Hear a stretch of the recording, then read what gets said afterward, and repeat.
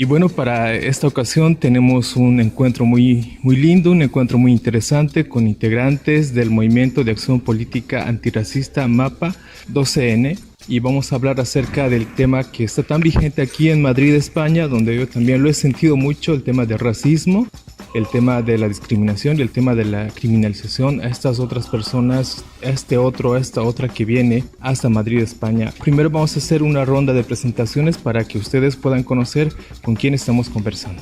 Yo soy Malik y estoy en el Sindicato de Manteros de Madrid, también colaboro con el MAPA 12N. Yo soy Janet Tineo y también vengo de Dominicana, del Caribe, de República Dominicana, y hago parte de MAPA. Mi nombre es Jos Piña y formo parte de AIJU, un colectivo artístico, y de MAPA, que es un movimiento de acción política antirracista. ¿Qué es este movimiento y desde cuándo está haciendo su accionar este movimiento aquí en Madrid? Para que en Bolivia nos ubiquemos un poquito de qué trata este movimiento de acción política antirracista. Este movimiento forma parte de un colectivo que aglutina varios colectivos y organizaciones feministas, antirracistas, de migrantes. Es un colectivo conformado principalmente por personas migrantes, personas no blancas, que nos juntamos hace un par de años, el 12 de noviembre, para recordar uno de los crímenes que ha reconocido el Estado racista español como crimen por xenofobia, que fue el crimen de una compañera negra dominicana, Lucrecia Pérez. Desde allí comenzamos a conformarnos, organizarnos y marchar para visibilizar todo el racismo institucional del Estado español. Y hasta ahora venimos haciendo pequeñas acciones de denuncia y crítica a todo el racismo institucional. ¿Ustedes creen que existe racismo en España, Madrid? Aunque es una pregunta retórica, pero quisiera que lo puedan decir ustedes si existe realmente racismo o no. Claro que existe racismo, estamos también en una época del crecimiento del racismo, no solo en España, en Europa. Esto se ve en las políticas del Unión Europea sobre las fronteras. Por ejemplo, pues se normaliza en Europa que la gente se muere en el mar, en la frontera sur. Y esto lo fomenta partidos xenófobos que tienen un discurso claramente racista. ¿Por qué? Porque les da votos a ellos. Y también estamos en una época también que los medios de comunicación igual tienen un discurso más claramente racista, porque los partidos xenófobos han aprovechado de la crisis en Europa para que se cale su discurso que no hay para todos, y cada vez vemos más el crecimiento del racismo en Europa. Creemos también que es un racismo que es estructural y es histórico, en el sentido de que España pues es responsable de todo el proceso de conquista, colonización, extractivismo y todo lo que se ha vivido pues de aquel lado, ¿no? Y toda la historia del Atlántico Negro tiene que ver como toda esa historia transatlántica, ¿no? Que tiene que ver con toda la esclavitud y todo el proceso de genocidio en nuestras tierras, pues de alguna manera estamos aquí también recordándole eso a esta metrópoli y a este estado, ¿no? Como diciéndole que hay una razón histórica también, que la misma conformación del Estado-Nación España tiene que ver con un proceso, digamos, con cómo se creó y consolidó el racismo a nivel histórico, ¿no? Entonces, que parte de nuestra lucha tiene que ver con esa memoria, digamos. Sí, en cosas concretas, y tiene que ver con la memoria. O sea, antes existía el Tratado de Indias, el Código Negro, y España tiene una ley de extranjería desde 1985. Esta ley de extranjería marca quiénes son blancos españoles y quiénes no somos blancos españoles, que ya hay una segregación racial marcada. Nos regimos por esta ley, donde no tenemos las mismas posibilidades y derechos que las personas blancas españolas. Eso es claramente racista, ¿no? Y el Estado español se conforma así. Esta ley es una ley de verdad que atenta contra nuestras vidas, o sea, como valida las deportaciones, valida las cárceles para migrantes, no reconoce inclusive las identidades sexuales disidentes, es decir, es una ley heteronormativa también, reconoce y valida las persecuciones a personas migrantes y legaliza la existencia de que no tenemos papeles. Entonces, esta ley forma parte como de la estructura macro que valida el racismo en España. Y Malik, tú me decías que especialmente hay discriminación y racismo a los manteros que están aquí en España. Cuéntanos un poco de eso. Hombre, lo que acabo de contar yo es la ley de extranjería, ¿no? Que segrega y discrimina a la gente, ¿no? Y condena a la gente a la clandestinidad. Por esta ley, por esto que existen manteros en la calle, porque no les da derecho ni de estudiar ni de trabajar. No les queda más remedio que de estar en la calle buscando algo para sobrevivir, y que como la ley de extranjería da poder a los que están ahí, como la policía, lo que hace la policía es cometer muchas veces abusos. Los abusos son agresiones racistas, muchas veces son físicos y verbales, ¿no? Al final, como condena a mucha gente de estar en la calle y de sufrir agresiones racistas todo el rato. Y esto que el colectivo de manteros tienen varios problemas, porque la mayoría sufren de la ley de extranjería, y que la policía sabe esto, como la gente, si no tienen papeles aquí en España, no tienen derecho. Como ya que hay una relación de poder ahí, que la policía comete los abusos y no pasa nada. Y que esto también lo fomenta esta ley. Para explicarte, para que te das cuenta, porque aquí normalmente la mayoría de la gente que vende a la calle son senegaleses, ¿no? Y los primeros que llegaron aquí eran en 1984. Déjame completar. Mantero es el compañero que se instala en la calle para vender. Para vender en la calle, una persona que pone su mercancía para vender en la calle. Tiene su manta en el piso. Su manta en la calle para vender su producto. También como la gente. Viene el nombre de mantero. Claro, ¿dónde viene el mantero? Porque la gente nunca se pregunta por qué son manteros, ¿no? Son manteros, lo que he explicado antes, como la ley de extranjería. Y los primeros manteros, cuando llegaron aquí, porque no podían trabajar, la única forma que tenían para sobrevivir es vender a la calle. Y cada vez la situación es peor, cada vez los abusos policiales, más la criminalización que hay a el colectivo. Porque aquí en España todo el rato, por ejemplo, ponen el foco sobre el inmigrante negro africano, porque muchas veces cuando se hablan de la frontera, se hablan de la frontera sur, donde pasan los africanos, ¿no? Y eso, por ejemplo, la realidad de la migración en España, la mayoría de la migración tampoco pasa por ahí, pero es una forma como de generar un miedo, un hoyo en ver el hombre negro, para decir que aquí nos están invadiendo los africanos, ¿no? Esto lo que pasa, pues cada vez se fomenta más hoyo en la calle. La gente que vende en la calle todo el rato sufren agresiones racistas, no solo de la policía, de la gente que va a la calle, les llaman negro de mierda, vete a tu país, porque esto lo fomenta los partidos xenófobos en los medios de comunicación.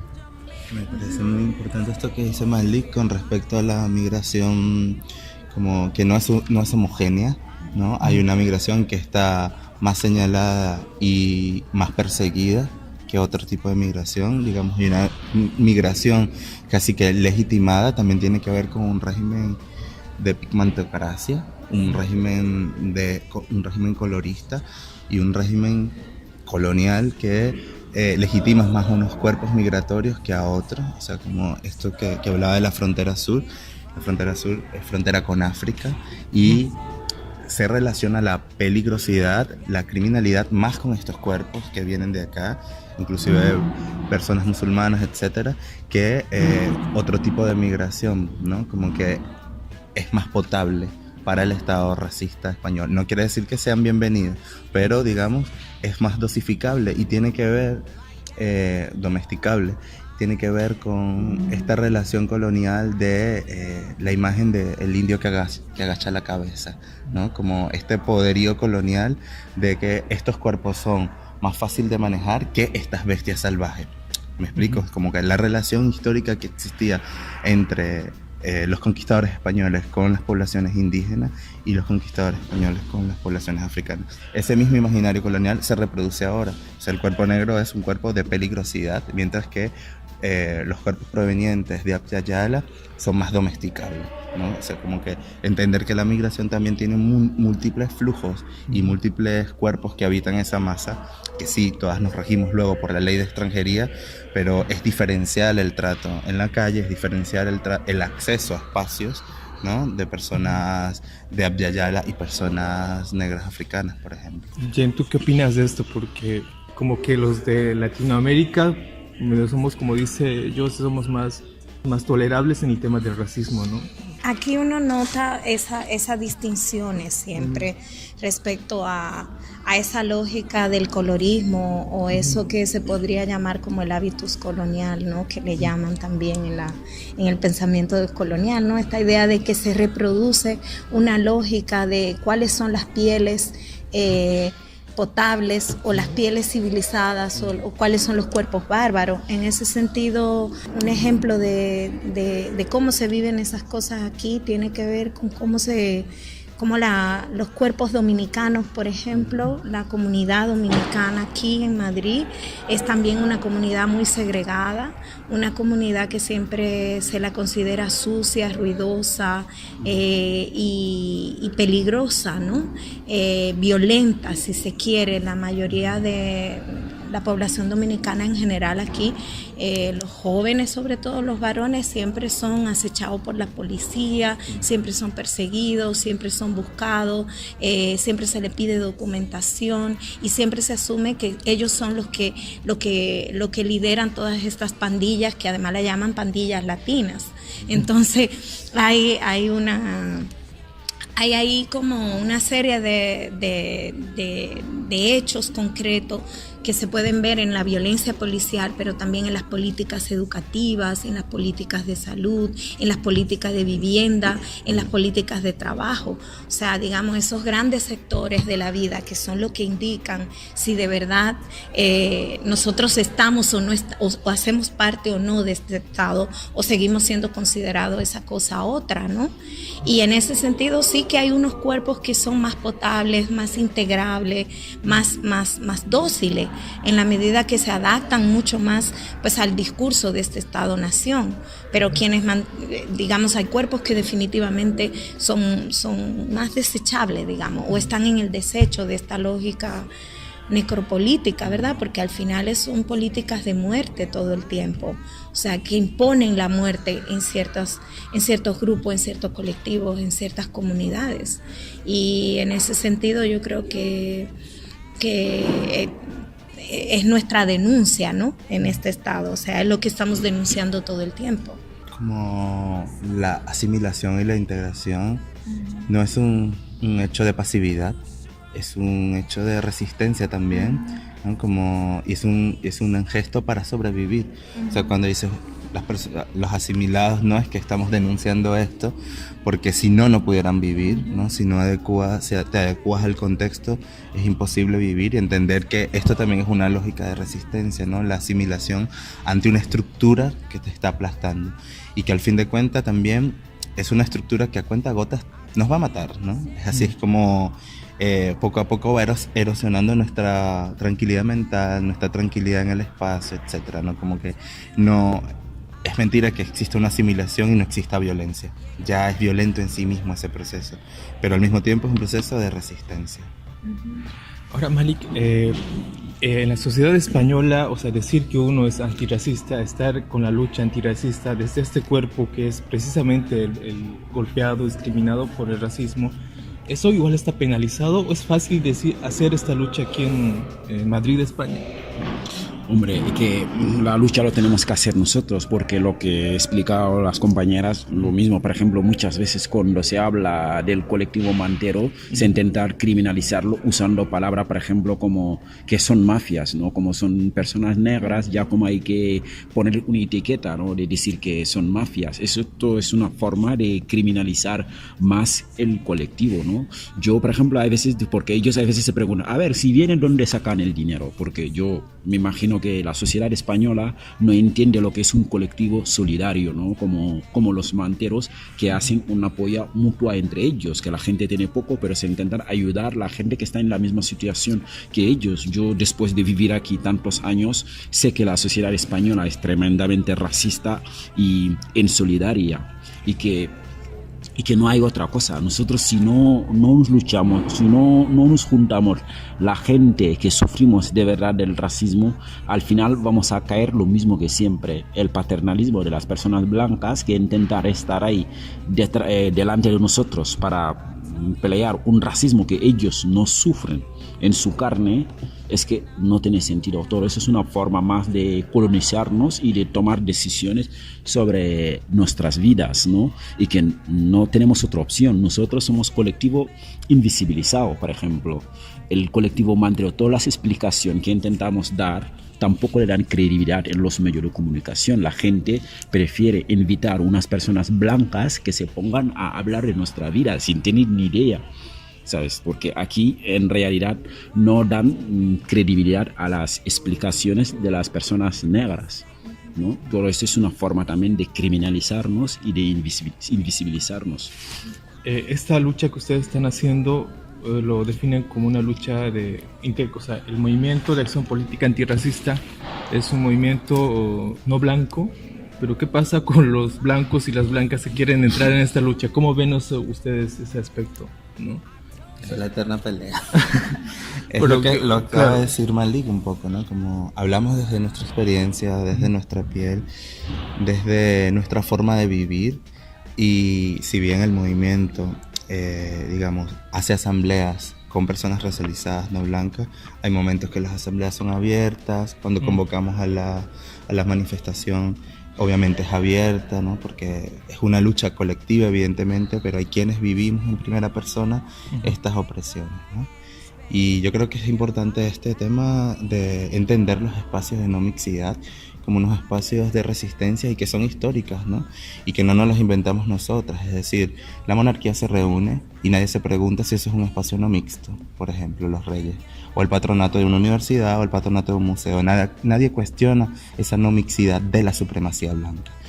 ¿Qué pasa? Esto es una lucha histórica cuando se formaron los quilombos, los palenques, las rochelas, los cumbes, que fueron enclaves negreros, productos de la trata esclavista en el Caribe, sobre todo se formó esto, y eran formas de resistir a la masacre que hacía la colonización, y eran negras e indígenas juntas para vivir, y te estoy hablando de formas de resistencia desde 1500. Cuando nosotras nos reunimos actualmente como espacios no mixtos raciales, es reivindicando estas formas políticas y ancestrales de resistencia, y es una táctica política para cuidarnos, para sobrevivir. Es decir, si no se hubiesen realizado en 1500 estos quilombos, no estuviéramos nosotras acá, ni muchas, ¿me explico? Eran formas de resistir a la colonización, de resistir a la supremacía blanca. Digamos, estas prácticas se han replicado en el feminismo, con los espacios no mixtos, estas prácticas en las luchas sindicales, los obreros se reúnen sin los patrones también, pero cuando las negras nos juntamos, los blancos tiemblan, y los blancos se preocupan, y quieren acabar con estas reuniones, pero nunca se preocupan cuando el rey, los monarcas y los condes y los duques y esas cosas están juntos, reunidos, ¿verdad? Entonces, sí es un espacio no mixto en ese sentido, pero hacemos actividades mixtas porque queremos una sociedad sin racismo. Y mira, hay una ficha de la primera marcha, es una sociedad sin racismo, y en la sociedad la estamos habitando todas, ¿no? Y en ese sentido es una lucha que también convoca a colectivos y personas blancas concienciadas también de su lugar histórico, del cuerpo que representan, y en ese sentido hacemos como unos momentos de protección y de estrategias políticas y unos momentos abiertos. Pero no es una política fácil, o sea, la política de alianza es lo más es una de las cosas más complejas que quizá confrontamos, porque precisamente la izquierda tradicionalmente, y la izquierda europea, la izquierda blanca en general, siempre se piensa como un espacio que habita todas las luchas y que de alguna manera es un pensamiento que nos arropa, ¿no? Y que arropa toda la idea de un otro mundo distinto, ¿no? Y en ese sentido las tensiones con la izquierda son heavy, ¿no? Porque de alguna manera creen o piensan que ya eso está incluido, el debate por racismo, y cuando tú te pones a ver las políticas de la izquierda tradicionalmente, este es un tema o una realidad que no se aborda en su complejidad, como se ha hecho con la clase, ¿no? A través de la historia.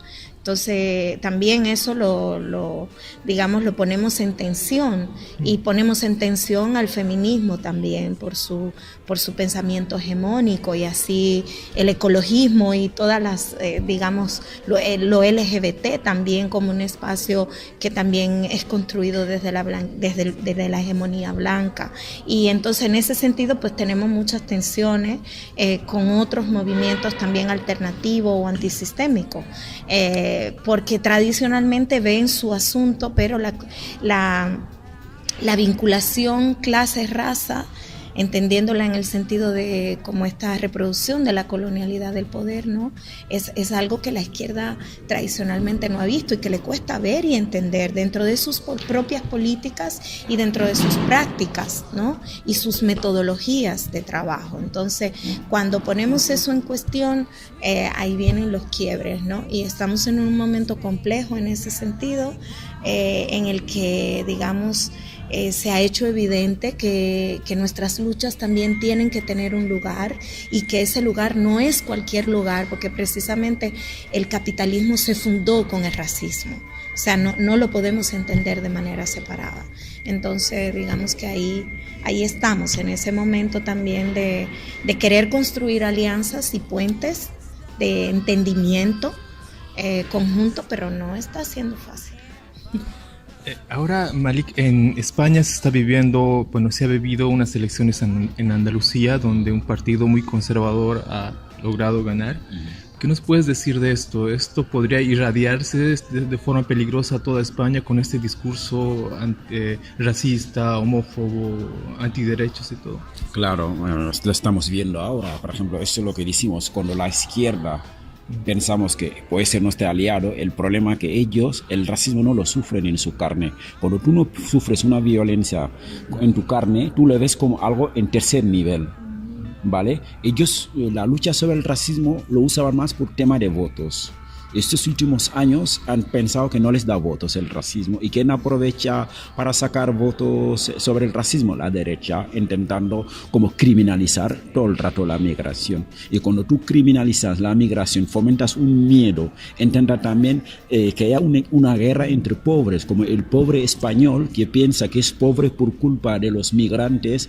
Al final, como genera esto odio, al final pues la gente vota a la extrema derecha, un partido racista, ¿sabes? Que no quieres migrante en España, que fomenta solo mentira. Aquí en España, si ponemos en la mesa lo que entra los migrantes aquí en el Estado español, ¿sabes? Nadie lo va a decir, y eso es una realidad. Aquí los españoles, la mayoría cobran las pensiones y esto porque hay migrantes que llevan mogollón de años trabajando aquí y cotizando aquí, y eso no interesa, ¿no? Y que estamos en una época súper difícil, porque con el crecimiento de la extrema derecha, y que no hay otra cosa. Ahora mismo no solo es en España, casi es toda Europa que hay este crecimiento. Todos son partidos que tienen solo un discurso xenófobos, homófobos y transfobos y todo, y que la gente les vota. Ya vemos lo que es lo que le importa de verdad la sociedad española sobre el racismo. Es que no les da igual, porque no lo sufren. Esta violencia racial que sufrimos, la gente racializada, ellos no lo sufren. Y que tenemos que intentar lucharlo, pero lo tenemos súper difícil, porque cada vez vemos más el crecimiento de los partidos xenófobos en toda Europa. A mí personalmente me da miedo, ¿no? Con este crecimiento y todo ¿sabes? Todos estos partidos lo único que hacen es fomentar el odio, ¿sabes? Fomentar el odio, y que no sabemos dónde nos va a llevar esto. Ahora, Jos, este odio que estos partidos políticos están usando como estrategia, o sea, da a entender de que ya el odio estaba en estado latente, o sea, el racismo ha estado en estado latente en la sociedad española y está esperando a que estos discursos salgan para activarse. ¿Está pasando de esa forma? Sí, efectivamente. Esto es un estado racista. Su fundación, su nacimiento es racista, o no es estado, me explico. Esto deja en evidencia algo que ya nosotros hemos venido experimentando durante todo el tiempo que tenemos acá.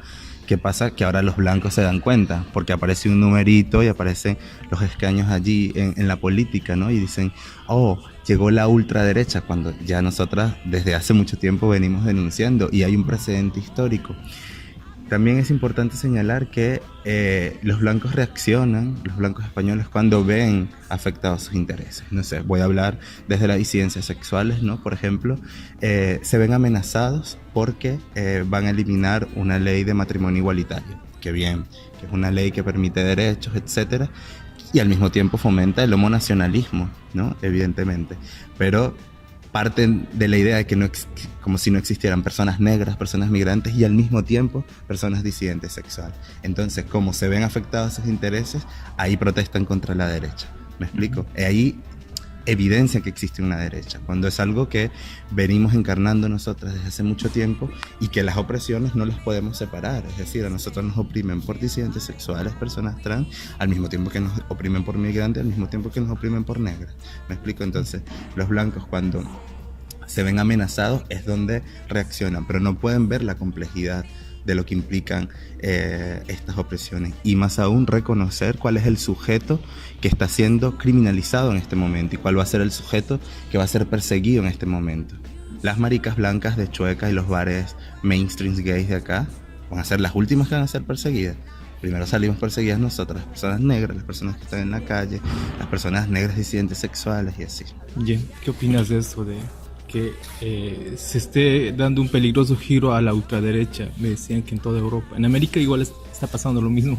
Sí, es como, digamos, esta tendencia la estamos viviendo en todos los lugares. Yo creo que nos habla del momento que estamos habitando, o sea, un momento de un crecimiento del conservadurismo, de los fundamentalismos, donde todos estos pensamientos homogéneos que han estado en debate y en cuestionamiento los últimos años, ¿no?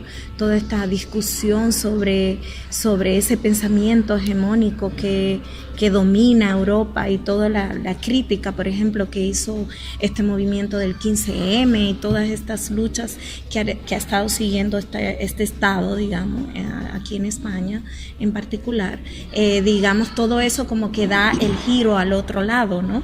El giro hacia ese conservadurismo, y es mucho lo que Mali estaba señalando, o sea, es esa sociedad donde se siembra el miedo, donde el terrorismo, la idea de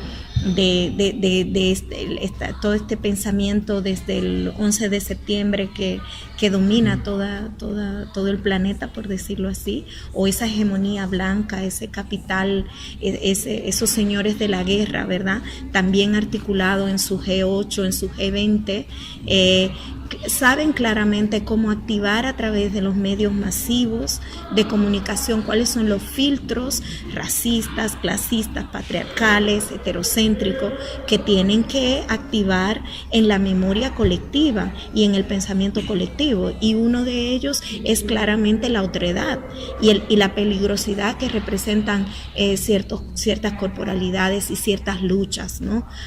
A ese pensamiento hegemónico, y en ese sentido se activa, se organizan, lo hacen muy bien, cosa que nos cuesta más a los movimientos y a los grupos que estamos en la otra línea, porque nosotros estamos al otro lado, en el afuera, ¿no? Y estamos resistiendo y luchando al mismo tiempo contra ese sistema. Entonces, creo que es una respuesta, ¿no?, a esa constante crítica, a ese debate social sobre ese modelo, y la respuesta de esa maquinaria, ¿no?, armamentista, extractivista, que está muy bien organizada y que tiene los recursos para hacerlo, además. Y Malik, ya para finalizar esta ronda de preguntas y esta entrevista, ¿qué acciones concretas podemos ver o podemos hacer para que este movimiento de ultraderecha tal vez ya no avance más? ¿Qué hacer ante este panorama, Malik? Yo creo que luchar juntos, más o menos como los colectivos racializados, porque el racismo es la cosa que tenemos en común.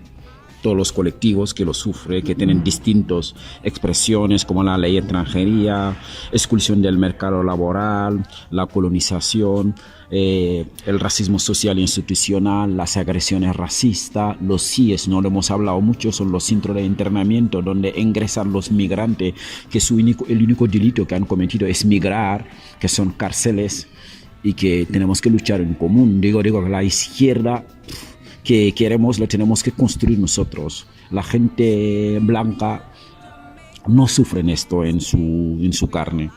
y la lucha para intentar, ¿sabes?, hacer frente a lo que está pasando. Solo lo tenemos que hacer los colectivos que sufrimos esta violencia que hay aquí en este estado. Dios, ¿qué hacer frente a esto? No sé, aunque es un poco complicado responder esto. Sí, seguir organizándonos, siento yo, como no callarnos.